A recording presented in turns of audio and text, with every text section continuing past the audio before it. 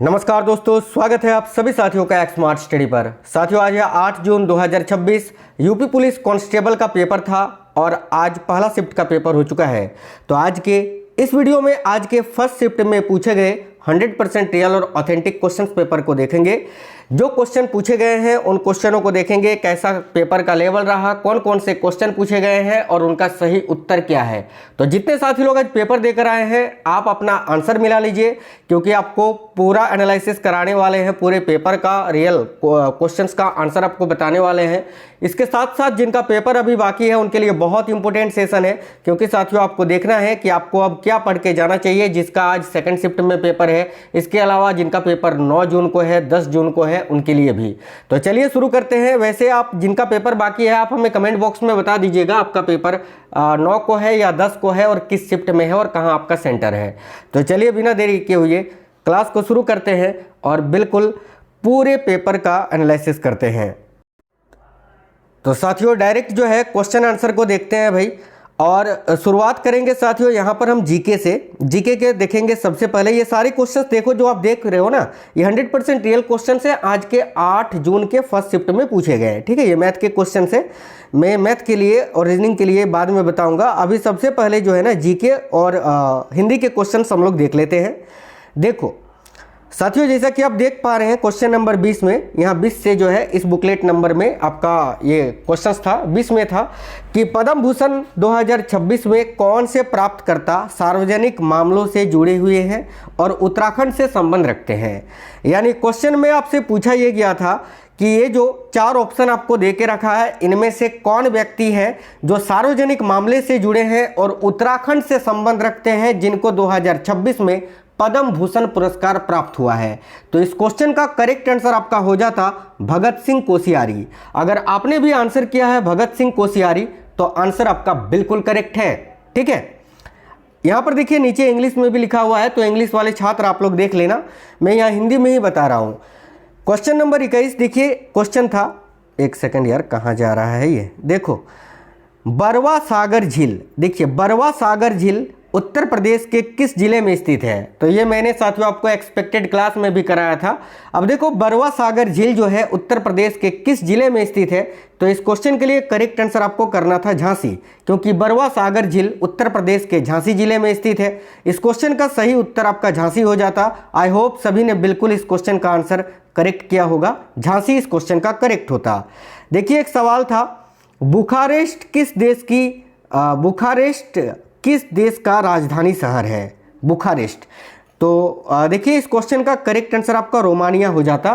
तो रोमानिया बिल्कुल correct answer है। साथियों अगर आपने आंसर किया है रोमानिया इस क्वेश्चन के लिए तो आपका आंसर भी सही है। देखिए साथियों आपके लिए इतनी मेहनत करते हैं, आप एक लाइक करते हैं तो उससे हमें मोटिवेशन मिलता है। प्लीज़ सभी साथी वीडियो को लाइक जरूर करना और क्लास को शेयर करना। देखो एक सवाल था, कौन सा प्लेटफॉर्म मुख्य रूप से पेशेवर नेटवर्किंग के लिए उपयोग किया जाता है। मैंने आपको पहले ही बताया था कि साथियों 2024 में जब पेपर हुआ था उस टाइम भी सोशल नेटवर्क से, सोशल साइट से, सोशल मीडिया से बहुत ज़्यादा क्वेश्चन पूछा जा रहा था, इंटरनेट वगैरह से।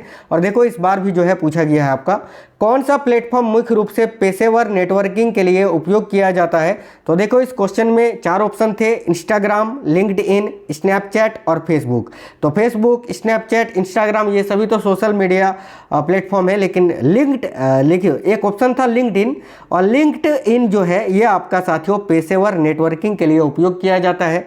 तो ऑप्शन नंबर बी इस क्वेश्चन का करेक्ट आंसर होता लिंक्डइन। आगे देखिए, साइंस का क्वेश्चन था कि पौधे के हरे रंग के लिए कौन सा वर्णक जिम्मेदार है। सिंपल सा क्वेश्चन था, हरे रंग के लिए पूछा था, ग्रीन कलर के लिए। तो यहां पर इस क्वेश्चन का आंसर आपका क्लोरोफिल हो जाता, जैंथोफिल नहीं होता। क्लोरोफिल इस क्वेश्चन का करेक्ट आंसर था, ठीक है। तो जिस भी बच्चे ने देखो जिस बच्चे ने ये क्वेश्चन भेजा है उसने जैंथोफिल यहाँ पर देखो यहाँ टिक किया है, तो ये गलत है। जैंथोफिल नहीं होना चाहिए, क्लोरोफिल इस क्वेश्चन का आंसर होगा, क्योंकि ग्रीन कलर पूछा है ना, हरे रंग के लिए जिम्मेदार वर्णक तो क्लोरोफिल होता है। तो क्लोरोफिल इस क्वेश्चन का करेक्ट आंसर होता। आगे देखिए 25वां नंबर क्वेश्चन ये था कि CSIR की मिशन मोड पहल के अंतर्गत उड़ीसा के किस गांव को पहले स्मार्ट गांव के रूप में विकसित किया गया है। बहुत ही अच्छा सवाल था ये साथियों। तो देखिए CSIR की मिशन मोड पहल के अंतर्गत, ठीक है, उड़ीसा के किस गांव को पहले स्मार्ट गांव के रूप में विकसित किया गया है? तो इस क्वेश्चन का करेक्ट आंसर आपका हो जाता साथियों कुसुमपुर। कुसुमपुर या कुसुमपुर जो आप बोल लो, कुसुमपुर ऑप्शन नंबर बी इस क्वेश्चन का राइट आंसर हो जाता। अगर आपने भी कुसुमपुर आंसर किया था तो बिल्कुल करेक्ट आंसर है। आगे देखिए एक सवाल था क्वेश्चन नंबर 26, भारत का परमाणु ऊर्जा कार्यक्रम कितने चरणों पर आधारित है? तो वह देखिए भारत का जो परमाणु ऊर्जा कार्यक्रम है ये 3 चरणों पर आधारित होता है, 3 स्टेज में। तो 3 चरण इस क्वेश्चन का करेक्ट आंसर होता साथियों। 3 चरण अगर आपने आंसर किया है तो आपका आंसर बिल्कुल सही है। 3 चरण इस क्वेश्चन का करेक्ट आंसर हो जाता। देखिए जिनका पेपर बाकी है उनके लिए बड़े इंपॉर्टेंट ये क्लास है, तो जरूर आप देखिएगा। और मैं आपको बिल्कुल साफ सुथरा और अच्छा क्लास करा रहा हूँ, 100% रियल और ऑथेंटिक क्वेश्चंस, और उनके आंसर भी 100% आपको बता रहा हूँ। तो ध्यान से देखिएगा। देखिए 27वां नंबर क्वेश्चन कि भारत में प्रतिवर्ष, देखो मैं एक चीज़ बता दूँ, जो लोग आज पेपर देकर आए हैं ये जरूरी नहीं है कि यहाँ पर ये क्वेश्चन 27 नंबर पे है तो आपको भी 27 नंबर पे ही ये क्वेश्चन दिखा होगा। हो सके तो आपका ये 60 नंबर पे था, हो सके तो 70 नंबर पे था, हो सके तो 1 नंबर पे था, कुछ भी हो सकता है। ऑफलाइन एग्जाम में आप सभी को पता है कि ये बुकलेट नंबर के हिसाब से आपका क्वेश्चन अरेंज होता है, लेकिन क्वेश्चन सही थे। फर्स्ट शिफ्ट में सभी के क्वेश्चन सेम थे, लेकिन नंबरिंग ये जो 26 नंबर में है हो सके आपका 30 नंबर में था, हो सके 42 नंबर में था, लेकिन क्वेश्चन सेम है। ठीक है, इतना तो आपको पता होना चाहिए। अभी देखो क्वेश्चन है कि भारत में प्रतिवर्ष राष्ट्रीय स्टार्टअप दिवस कब मनाया जाता है? देखिए भारत में प्रतिवर्ष राष्ट्रीय स्टार्टअप दिवस जो है ये आपका 16 जनवरी को मनाया जाता है। तो इस क्वेश्चन का करेक्ट आंसर आपका 16 जनवरी हो जाता। ऑप्शन नंबर ए अगर आपने आंसर किया है तो बिल्कुल करेक्ट आंसर है। आगे देखिए अगला सवाल है 1888 में बाजार में आए पहले कोडक कैमरे का आविष्कार। कोडक कैमरा आप सभी को पता है अभी भी उपयोग होता है। तो 1888 में बाजार में आए पहले कोडक कैमरे का आविष्कार किसने किया था? ये थोड़ा हार्ड लेवल का क्वेश्चन आपसे पूछ लिया था।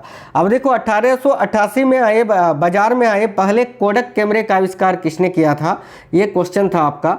तो इसका करेक्ट आंसर आपका ऑप्शन नंबर ए होना चाहिए था, जॉर्ज ईस्टमैन। तो जॉर्ज ईस्टमैन अगर आपने आंसर किया है, देखो जॉर्ज ईस्टमैन इस क्वेश्चन का करेक्ट आंसर हो जाता साथियों। ये जॉर्ज ईस्टमैन इन्होंने ही 1888 में कोडक कैमरे का आविष्कार किया था। 29 नंबर क्वेश्चन ये था कि निम्नलिखित में से कौन सा भारतीय राज्य है जो म्यांमार और भूटान दोनों के साथ सीमा साझा करता है? देखिए इनमें से कौन सा भारतीय राज्य है जो म्यांमार और भूटान दोनों देशों के साथ सीमा साझा करता है? तो अरुणाचल प्रदेश इस क्वेश्चन का करेक्ट आंसर हो जाता। अगर आपने भी अरुणाचल प्रदेश आंसर किया है तो बिल्कुल सही उत्तर है। देखिए क्वेश्चन नंबर 30 ये था कि मार्च 2026 में आए भीषण उष्णकटिबंधीय चक्रवात नारेल ने किस देश को प्रभावित किया?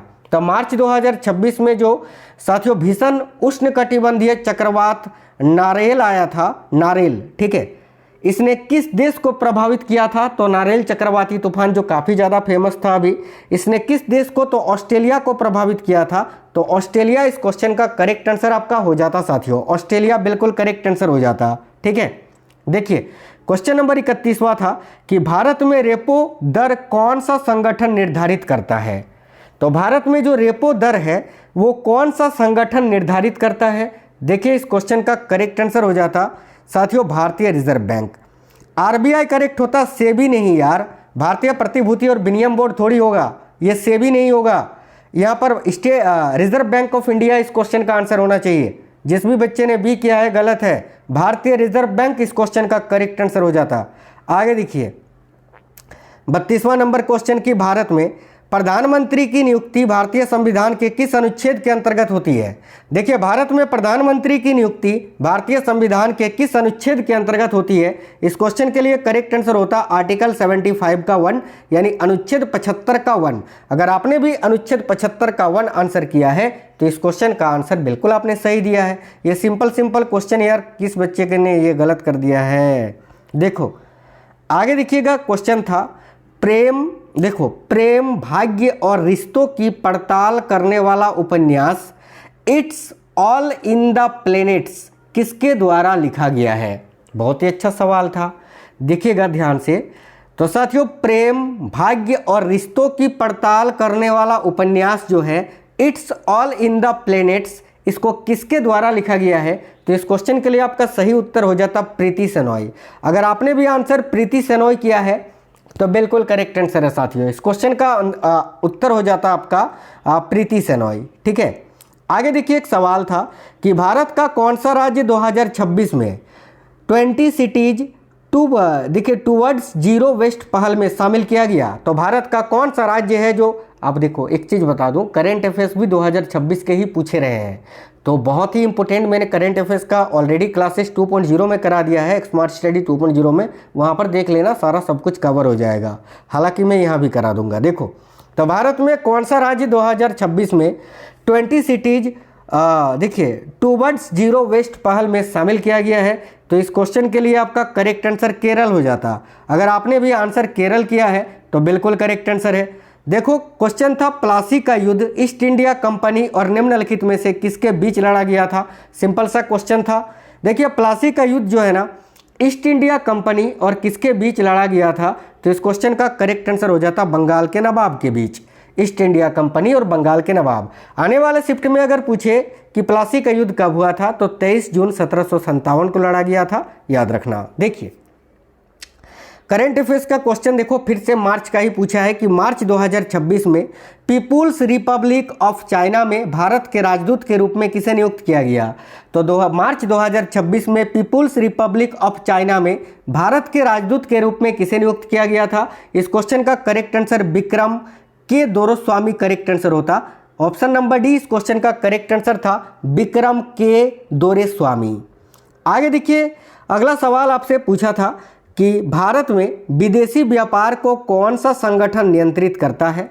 तो भारत में विदेशी, देखिए भारत में विदेशी व्यापार को कौन सा संगठन है जो कि साथियों नियंत्रित करता है? तो देखो डीजीएफटी इस क्वेश्चन का करेक्ट होता है। नाबार्ड तो यार ग्रामीणों को ऋण देता है, ये शेयर बाजार को विनियमित करता है, सेबी आरबीआई भी नहीं होता। डीजीएफटी इस क्वेश्चन का करेक्ट आंसर था। डीजीएफटी अगर आपने आंसर किया है तो बिल्कुल करेक्ट है। आगे देखिए अगला सवाल था पुलिस अनुसंधान एवं विकास ब्यूरो की स्थापना किस वर्ष हुई थी? तो साथियों पुलिस अनुसंधान एवं विकास ब्यूरो की स्थापना 1970 में हुई थी, 1970 में। तो 1970 इस क्वेश्चन के लिए आपका बिल्कुल करेक्ट आंसर था। आगे देखिए एक सवाल था लास्को गुफाएं किस देश में स्थित है? अच्छा क्वेश्चन था ये। तो लास्को गुफाएं जो हैं वो किस देश में स्थित है? तो देखिए लास्को गुफाओं की बात करें तो ये फ्रांस में स्थित है। तो इस क्वेश्चन के लिए करेक्ट आंसर आपका फ्रांस हो जाता साथियों, फ्रांस। आगे देखिए एक सवाल था प्रहार रणनीति का भारत में मुख्य उद्देश्य क्या सुनिश्चित करना है? तो प्रहार रणनीति का भारत में मुख्य उद्देश्य क्या सुनिश्चित करना है? तो इस क्वेश्चन का करेक्ट आंसर होता आतंकवाद विरोध। अगर आतंकवाद विरोध आपने आंसर किया है तो बिल्कुल करेक्ट आंसर है। देखिए एक सवाल था कंवर झील, ठीक है, कंवर लेक ये भारत के किस राज्य में स्थित है? तो कंवर लेक जो है ये बिहार में स्थित है साथियों। तो बिहार इस क्वेश्चन का करेक्ट आंसर होता। कंवर झील भारत के किस राज्य में स्थित है? तो बिहार में स्थित है भाई। तो बिहार अगर आपने आंसर किया था तो बिल्कुल करेक्ट आंसर हो जाता। देखिए अगला सवाल था कौन सा वैज्ञानिक सिद्धांत यह समझाता है कि कंपास की सुई उत्तर की ओर क्यों इशारा करती है? बताइए कौन सा वैज्ञानिक सिद्धांत यह समझाता है कि कंपास की सुई उत्तर की ओर क्यों इशारा करती है? तो भाई यह पृथ्वी का चुंबकीय क्षेत्र, पृथ्वी का जो चुंबकीय क्षेत्र है ना, पृथ्वी का चुंबकीय क्षेत्र जो है यह इशारा करती है। आगे देखिए एक सवाल था मधुबनी, एक सेकंड यार क्वेश्चन देखो, क्वेश्चन ये था कि मधुबनी यानी मिथिला चित्रकला की उत्पत्ति किस भारतीय राज्य से हुई है? तो यार बड़ा ही सिंपल सवाल था। इस बच्चे ने इस क्वेश्चन को भी गलत कर दिया है। उत्तर प्रदेश नहीं, मधुबनी बिहार से संबंधित है। इस क्वेश्चन का करेक्ट आंसर आपका बिहार हो जाता। आगे देखिए एक सवाल था प्रशासनिक, ना गुस्सा आता है नहीं यार जब ऐसा होता है। देखो सवाल था प्रशासनिक, देखो प्रशासनिक और राजस्व उद्देश्यों के लिए उत्तर प्रदेश के बलिया जिले में कितने तहसीलें हैं? तो प्रशासनिक और राजस्व उद्देश्यों के लिए उत्तर प्रदेश के बलिया जिले में कितने तहसीलें हैं? देखो इस क्वेश्चन का करेक्ट आंसर होता 6 तहसीलें, 6 इस क्वेश्चन का करेक्ट आंसर होता। आगे देखिए सवाल था अक्टूबर 2025 तक जीएसटी परिषद द्वारा निर्धारित भारत में सबसे ऊंचा जीएसटी स्लैब दर क्या है? तो भाई देखो इस क्वेश्चन का करेक्ट आंसर आपका क्या हो जाता भाई, तो अक्टूबर 2025 तक जीएसटी परिषद द्वारा निर्धारित भारत में सबसे ऊंचा जीएसटी स्लैब क्या है। करेक्ट आंसर होता साथियों 40%। और 40% आप सभी को पता है तंबाकू उत्पादन, पान मसाला, इसके अलावा एरेड ड्रिंक्स और प्रीमियम कारों जैसी विषालियता हानिकारक वस्तुओं के लिए है। ठीक है, आगे देखिए एक सवाल था, भारत में कौन सा राज्य समान नागरिक संहिता विधेयक 2026 पारित करने वाला दूसरा राज्य बन गया। मैंने ये 100 बार अब तक पढ़ा चुका हूं। अब देखो इस क्वेश्चन का करेक्ट आंसर क्या हो जाता साथियों। इस क्वेश्चन के लिए आपका करेक्ट आंसर जो है दूसरा पूछा था ना, तो दूसरा जो है इस क्वेश्चन के लिए करेक्ट आंसर आपका हो जाता साथियों गोवा। ठीक है, गोवा तो ऑप्शन में नहीं था ना, गोवा ऑप्शन में ही नहीं था, तो फिर इसका करेक्ट आंसर आपका गुजरात होना चाहिए था। गुजरात जो है इस क्वेश्चन के लिए करेक्ट आंसर हो जाता साथियों। ठीक है, क्योंकि पहला तो आपका उत्तराखंड है। आगे देखो एक सवाल था, निम्नलिखित में से कौन सी पर्यावरणीय समस्या मुख्य रूप से ग्रीन हाउस गैसों के उत्सर्जन के कारण होती है। देखो इस क्वेश्चन का करेक्ट आंसर होता वैश्विक तापन। वैश्विक तापन के कारण होती है ग्लोबल वार्मिंग, जिसको बोलते हैं आप ग्लोबल वार्मिंग। ठीक है, आगे देखिए सवाल था, नाट्य शास्त्र प्रदर्शन कला पर एक ग्रंथ किसके द्वारा लिखा गया था। तो नाट्य शास्त्र के लेखक कौन थे, भरत मुनि। तो इस क्वेश्चन का करेक्ट आंसर आपका भरत मुनि हो जाता। सिंपल सा सवाल था, भरत मुनि करेक्ट था। आगे देखिए एक सवाल था, वर्ल्ड एंटी डोपिंग एजेंसी यानी वाडा का मुख्यालय कहाँ स्थित है। तो वर्ल्ड एंटी डोपिंग एजेंसी यानी वाडा का जो मुख्यालय है वो मॉन्ट्रियल में स्थित है, मॉन्ट्रियल कनाडा में। तो मॉन्ट्रियल कनाडा इस क्वेश्चन का करेक्ट आंसर होता। आगे देखिए क्वेश्चन नंबर 50 ये था कि निम्नलिखित में से कौन सा क्षेत्र है जो शांति स्वरूप भटनागर पुरस्कार के अंतर्गत आता है। तो शांति स्वरूप भटनागर पुरस्कार के अंतर्गत आता है विज्ञान और प्रौद्योगिकी यानी साइंस एंड टेक्नोलॉजी। तो साइंस एंड टेक्नोलॉजी इस क्वेश्चन के लिए आपका करेक्ट आंसर हो जाता। आगे देखिए एक सवाल था, खेती निर्वाह से लेकर, ठीक है, 10 प्रकार तक भिन्न रही। तो खेती निर्वाह से लेकर जो है ना वाणिज्यिक तक, याद रखना वाणिज्यिक इस क्वेश्चन का करेक्ट आंसर होता, वाणिज्यिक प्रकार तक भिन्न रही। क्वेश्चन नंबर 52वां था कि निम्नलिखित में से कौन सी पाणिनि की प्रसिद्ध रचना है जिसे संस्कृत व्याकरण का आधारभूत ग्रंथ माना जाता है। तो भाई इस क्वेश्चन का करेक्ट आंसर अष्टाध्यायी हो जाता। अष्टाध्यायी के लेखक पाणिनि थे, तो अष्टाध्यायी इस क्वेश्चन का करेक्ट आंसर था। आगे देखिए एक सवाल था, विश्व खाद्य दिवस जो प्रतिवर्ष 16 अक्टूबर को मनाया जाता है डैश के बारे में जागरूकता बढ़ाने के लिए समर्पित है। तो देखिए इस क्वेश्चन के लिए करेक्ट आंसर आपका हो जाता ऑप्शन नंबर ए, भूख, खाद्य सुरक्षा और पोषण और सतत कृषि पद्धतियों के बारे में जागरूकता बढ़ाने के लिए। ठीक है, आगे देखिए एक सवाल था, भारतीय संविधान की किस अनुसूची में राज्यसभा में राज्यों और केंद्र शासित प्रदेशों के लिए सीटों के आवंटन से संबंधित प्रावधान है। तो भाई देखिएगा साथियों, यहाँ आपका करेक्ट आंसर होता चौथी अनुसूची में, यानी 4th शेड्यूल, चौथी अनुसूची, ऑप्शन नंबर ए इस क्वेश्चन का करेक्ट आंसर था। एक सवाल था, निम्नलिखित में से कौन सी नदी पेरिस शहर से होकर बहती है। इनमें से कौन सी नदी, सीन, लोअर, अमेजन और डैन्यूब था। तो सिंपल सा सवाल था, सीन इस क्वेश्चन का करेक्ट आंसर हो जाता। ठीक है, सीन नदी पेरिस शहर से होकर बहती है भाई। आगे देखिए क्वेश्चन नंबर 56 ये था कि धोकरा धातु शिल्प जो विश्व की सबसे प्राचीन ज्ञात अलो धातु ढलाई परंपराओं में से एक है, मोहनजोदड़ो में साक्ष्य मिले हैं। जनजातीय और लोक कला वस्तुएं बनाने के लिए कौन सी प्राचीन तकनीक उपयोग करता है। तो देखो इस क्वेश्चन का करेक्ट आंसर हो जाता ऑप्शन नंबर ए। ठीक है, भ्रष्ट मोम ढलाई, भ्रष्ट मोम ढलाई इस क्वेश्चन का करेक्ट आंसर आपका हो जाता।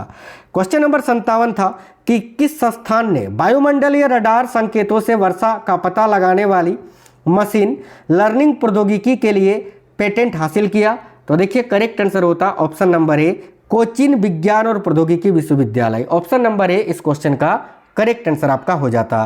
तो साथियों 20 नंबर क्वेश्चन से जीके आपका था इस बुकलेट नंबर में, और मैंने अभी 57 नंबर तक कराया, यानी टोटल जीके के 37 क्वेश्चंस पूछे गए हैं आज। अब हिंदी के क्वेश्चन देख लेते हैं। उससे पहले यहाँ पर क्वेश्चन नंबर 58 में दिया गया है, ये ग्राफ था, और ये देखो ग्राफ का आंसर जो है आपका 9 घंटे हो जाता। आप लोग देख लेना, मैं इसका डायरेक्ट आंसर बता देता हूँ। इसका आंसर आपका 9 घंटे हो जाता। ठीक है, इसके अलावा आगे के क्वेश्चन, अब हिंदी के क्वेश्चंस देख लेते हैं। हिंदी के क्वेश्चन जो है ना अब देख लेते हैं। यहाँ पर मैथ रीजनिंग के क्वेश्चन है, तो सबसे पहले हिंदी के क्वेश्चन अब देख लेते हैं। यहाँ पर देखो हिंदी के क्वेश्चन जो है ना साथियों यहाँ पर देख लेते हैं, जो कि देखिए यहाँ पर 95 से लेकर 97 तक गद्यांश एक आपको दिया हुआ था। इस प्रकार से यहाँ पर ये गद्यांश पढ़ के आपको आंसर करना था, जो कि सिंपल था। मैं गद्यांश यहाँ पर नहीं बताऊँगा, बाकी चीज़ें बता देता हूँ। देखो 98 में पूछा था निम्नलिखित मुहावरों में से कौन सा युग्म गलत है। तो यहाँ पर देखोगे ना, तो यहाँ पर ऑप्शन नंबर साथियों डी जो है गलत है। डी गलत था कि कंधे से कंधे छिलना यानी चोट लगना, ये गलत है। बाकी देखो कलई खुलना, रहस्य खुलना, ये सही है। कागज काले करना यानी आवश्यक लिखना, अनावश्यक लिखना, ये भी सही था। कमर कसना यानी तैयार होना, ये भी सही था। ऑप्शन नंबर डी गलत था, तो यही करेक्ट आंसर होता। मैं आंसर बता रहा हूँ। एक सवाल था बद उपसर्ग निम्नलिखित में से कौन से शब्द में प्रयुक्त है। तो बद उपसर्ग की अगर बात करें तो चारों ऑप्शनों में देखोगे तो बदमाश इसमें जो है प्रयुक्त हुआ है, तो बदमाश इस क्वेश्चन का करेक्ट आंसर था। 100 में था घोंसले में चिड़िया है में कौन सा कारक है। तो घोंसले में चिड़िया है, इसमें कौन सा कारक है साथियों। तो देखिए इसमें अधिकरण कारक है, तो ऑप्शन नंबर ए इस क्वेश्चन का करेक्ट आंसर होता। अब मैं थोड़ा फास्ट बता रहा हूँ। देखो निम्नलिखित में से कौन सा अव्ययी भाव समास का उदाहरण है। तो इस क्वेश्चन का करेक्ट आंसर होता धीरे धीरे। ठीक है। एक सवाल था वर्ष 2005 में कुंवर नारायण जी को किस भाषा के लिए ज्ञानपीठ पुरस्कार मिला था। तो भाई इस क्वेश्चन का करेक्ट आंसर होता हिंदी भाषा के लिए। 103 निम्नलिखित में से कौन सी रचना महादेवी वर्मा जी द्वारा लिखित नहीं है। ठीक है। तो देखो यहाँ पर दीपशिखा भी है, यामा भी है, पिंजर भी है, लेकिन गीत पर्व नहीं है। तो गीत पर्व इस क्वेश्चन का करेक्ट आंसर आपका हो जाता। आगे देखिए एक सवाल था उन्होंने बहुत लड़ाइयाँ लड़ी, इस वाक्य में लड़ी है किस क्रिया का उदाहरण है। तो लड़ी है ये साथियों किस क्रिया का उदाहरण है। लड़ी है सकर्मक क्रिया है, तो सकर्मक इस क्वेश्चन का करेक्ट आंसर हो जाता। एक सवाल था माया को माया मिले कर लंबे हाथ, लोकोक्ति का सही अर्थ क्या है। तो इस लोकोक्ति का सही अर्थ है साथियों धनी को और धन मिलना, धनी को और धन मिलना। ऑप्शन नंबर डी करेक्ट होता। देखिए एक सवाल था रामू जो बड़ा अच्छा खिलाड़ी है कल उसकी टांग टूट गई, वाक्य में उचित विराम चिन्ह कौन सा होगा। तो भाई इस वाक्य में उचित विराम चिन्ह कौन सा होगा। तो इसमें अल्प विराम होगा ना, अल्प विराम होगा। Option number A correct answer होगा। आगे देखिए एक सवाल था निम्नलिखित में से कौन सा शब्द विशेषण का उदाहरण है। 4 ऑप्शन थे चक्षु, उपनिवेश, उपार्जन और आंशिक। इसमें विशेषण का उदाहरण कौन सा है। तो आंशिक। आंशिक कहाँ है। तो ऑप्शन नंबर डी में है। एक सवाल था ऊपरी बनावट या तड़क भड़क के लिए एक शब्द, ऊपरी बनावट या तड़क भड़क के लिए एक शब्द क्या होगा। तो देखिए आडंबर होगा, आडंबर, यानी ऑप्शन नंबर ए इस क्वेश्चन का करेक्ट आंसर होता है। एक सवाल था धूसर शब्द का पर्यायवाची शब्द इनमें से कौन सा है। तो गदर्भ इस क्वेश्चन का करेक्ट आंसर आपका हो जाता गदर्भ साथियों। आगे देखिए एक सवाल था मानव जीवन पर ग्रहों और तारों के प्रभाव के अध्ययन को क्या कहते हैं। तो मानव जीवन पर ग्रहों और तारों के प्रभाव के अध्ययन को क्या कहते हैं। देखिए करेक्ट आंसर होता साथियों यहाँ आपका ज्योतिष। ज्योतिष अगर आपने आंसर किया है तो करेक्ट आंसर होता। एक सवाल था निम्नलिखित में से 1889 में साहित्य अकादमी पुरस्कार के विजेता कौन थे। तो देखिए इस क्वेश्चन के लिए करेक्ट आंसर होता Kedarnath Singh. Option number A Kedarnath Singh correct answer था। आगे अगला सवाल है निम्नलिखित में से ध्यान मग्न शब्द में कौन सा समास है। तो ध्यान मग्न शब्द में कौन सा समास है। तो इसमें तत्पुरुष समास है, तो तत्पुरुष समास करेक्ट आंसर था। अगला सवाल था निम्नलिखित में से संसद से सड़क तक किसके द्वारा लिखी गई है। तो संसद से सड़क तक ये सुदामा पांडे धूमिल के द्वारा लिखी गई है। तो सुदामा पांडे धूमिल इस क्वेश्चन का आंसर करना था आपको। ठीक है, यानी ये बुक वगैरह से ज़्यादा क्वेश्चन आपको देखने को मिला है हिंदी वाले सेक्शन में। ये हिंदी वाला सेक्शन है। निम्नलिखित में से हिंदी भाषा में साहित्य अकादमी से पुरस्कृत रचना कल सुनाना मुझे किसके द्वारा लिखी गई है। तो देखो करेक्ट आंसर हो जाता है यहाँ आपका धूमिल के द्वारा। एक सवाल था क्वेश्चन नंबर 115 क्या तुम सचमुच उत्तीर्ण हो गए हो, यह कौन सा वाक्य है। तो क्या तुम सचमुच उत्तीर्ण हो गए हो, यह साथियों कौन सा वाक्य है। तो ये प्रश्नवाचक वाक्य है, ये प्रश्न पूछ रहा है ना। तो देखिए अगला सवाल था जिसका भाग्य अच्छा ना हो इसके लिए एक शब्द क्या होगा। तो जिसका भाग्य अच्छा ना हो इसके लिए एक शब्द होता है अभागा। अभागा इस क्वेश्चन का करेक्ट आंसर था। अगला सवाल था उपसर्ग वह शब्दांश है जो क्या होता है, बताइए उपसर्ग। तो देखिए उपसर्ग वह शब्दांश है जो किसी शब्द के आगे जुड़ता है, जो किसी शब्द के आगे जुड़ता है, यानी option number A correct answer हो जाता। अगला सवाल था निम्नलिखित में से आधा गांव उपन्यास किसके द्वारा लिखा गया है, यानी उपन्यास से बहुत ज़्यादा क्वेश्चन पूछा गया है, तो जिनका पेपर बाकी है उपन्यास से आप लोग ज़्यादा से ज़्यादा ध्यान देना है ये क्योंकि ये बहुत ज़्यादा पूछा गया है। देखो निम्नलिखित में से आधा गांव उपन्यास किसके द्वारा लिखा गया है, देखो करेक्ट होता डॉक्टर राही मासूम रजा के द्वारा, यानी option number C correct answer होता। आगे कुआं पीछे खाई मुहावरे का अर्थ क्या होता है, इसका करेक्ट आंसर होता है ऑप्शन नंबर बी, दोनों तरफ विपत्ति या परेशानी होना। ठीक है। 120 नंबर, मोहन बिल्कुल थक गया है, इस वाक्य में कौन सा अवयव है, तो ये देखो बिल्कुल थक गया है इस वाक्य में जो है ना क्रिया विशेषण अवयव है, तो क्रिया विशेषण अवयव ऑप्शन नंबर एक करेक्ट आंसर होता। एक सवाल था गुलाम शब्द का विलोम शब्द चुनिए, तो गुलाम शब्द का विलोम शब्द होता है आज़ाद, तो आज़ाद इस क्वेश्चन का करेक्ट आंसर था। एक सवाल था कोई तो साथ चलो, इस वाक्य में कौन सा सर्वनाम है, तो कोई तो साथ चलो इस वाक्य में कौन सा सर्वनाम है, तो देखो करेक्ट होता अनिश्चयवाचक। ठीक है। क्वेश्चन नंबर 123, जिसके पास घर ना हो इसके लिए एक शब्द, तो जिसके पास घर ना हो इसके लिए एक शब्द होता है साथियों अनिकेत। अनिकेत इस क्वेश्चन का करेक्ट आंसर हो जाता। सवाल था जिस क्रिया का फल कर्ता को छोड़कर कर्म पर पड़े उसे क्या कहते हैं, तो जिस क्रिया का फल कर्ता को छोड़कर कर्म पर पड़े उसे क्या कहते हैं, देखो उसे सकर्मक क्रिया कहते हैं, तो सकर्मक क्रिया करेक्ट होता। एक सवाल था आनुषंगिक के विलोम शब्द चयन करिए, तो आनुषंगिक का विलोम शब्द होता है अग्रज। अग्रज, अग्रज तो है नहीं यार ऑप्शन में, तो ऑप्शन के अनुसार यहाँ पर आपको बनाना था। खैर छोड़िए इस क्वेश्चन को। ठीक है। चलिए एक सवाल देखिए, एक सवाल था कृष्ण विष्णु अविनाशी किस शब्द के लिए अनेकार्थी है, तो कृष्ण विष्णु अविनाशी ये किस शब्द का अनेकार्थी शब्द है, तो अच्युत का। Achyut option number C correct answer होता। एक सवाल था भाला शब्द का वचन बदलिए, भाला, भाला शब्द में वचन बदलना था, तो भाला शब्द में क्या वचन बदलते, भाले आप कह सकते थे, भाले। ठीक है। एक सवाल था मधुवरी शब्द का संधि विच्छेद करना था, तो मधुवरी शब्द का संधि विच्छेद आपका होता मधु जोड़ अरी, यानी option number A correct answer होता। एक सवाल था दिनों का फेर होना मुहावरे का अर्थ क्या होता है, तो दिनों का फेर होना इस मुहावरे का अर्थ होता है भाग्य का चक्कर, option number A correct answer हो जा।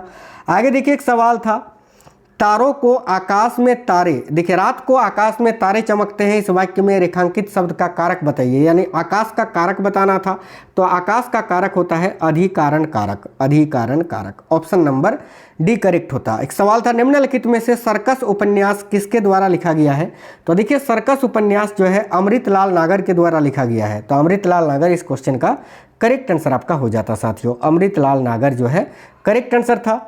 देखिए क्वेश्चन नंबर 98 से लेकर 130 तक नहीं 131 तक जो है आपको हिंदी के क्वेश्चन पढ़ाई, यानी लगभग 33 क्वेश्चन आपको हिंदी के पूछे गए हैं और 37 क्वेश्चन जो है आपको जीके के, यानी यहाँ अगर हम देखें तो 70 क्वेश्चन जो है आपको पूछे गए हैं किससे, तो जीके और हिंदी से। बाकी के क्वेश्चन मैथ रीजनिंग, और मैथ रीजनिंग वाले क्वेश्चन मैं आपको अलग वीडियो में करवाऊंगा, उसके भी राइट आंसर बताऊंगा। तो साथियों क्लास कैसा था कमेंट बॉक्स में जरूर बताना, अगले शिफ्ट का पेपर जैसे होता है मैं आपको उसका भी सॉल्यूशन करा दूंगा। देखिए जितने साथी नए हैं चैनल को सब्सक्राइब कर लीजिएगा और वीडियो को लाइक जरूर करना, दोस्तों के साथ शेयर करना। कमेंट बॉक्स में बताना आपका पेपर कब है, रात में एक एक्सपेक्टेड क्लास भी आएगा उसको भी देखना है। तो मिलते हैं नेक्स्ट वीडियो में। जय हिंद, वंदे मातरम साथियों।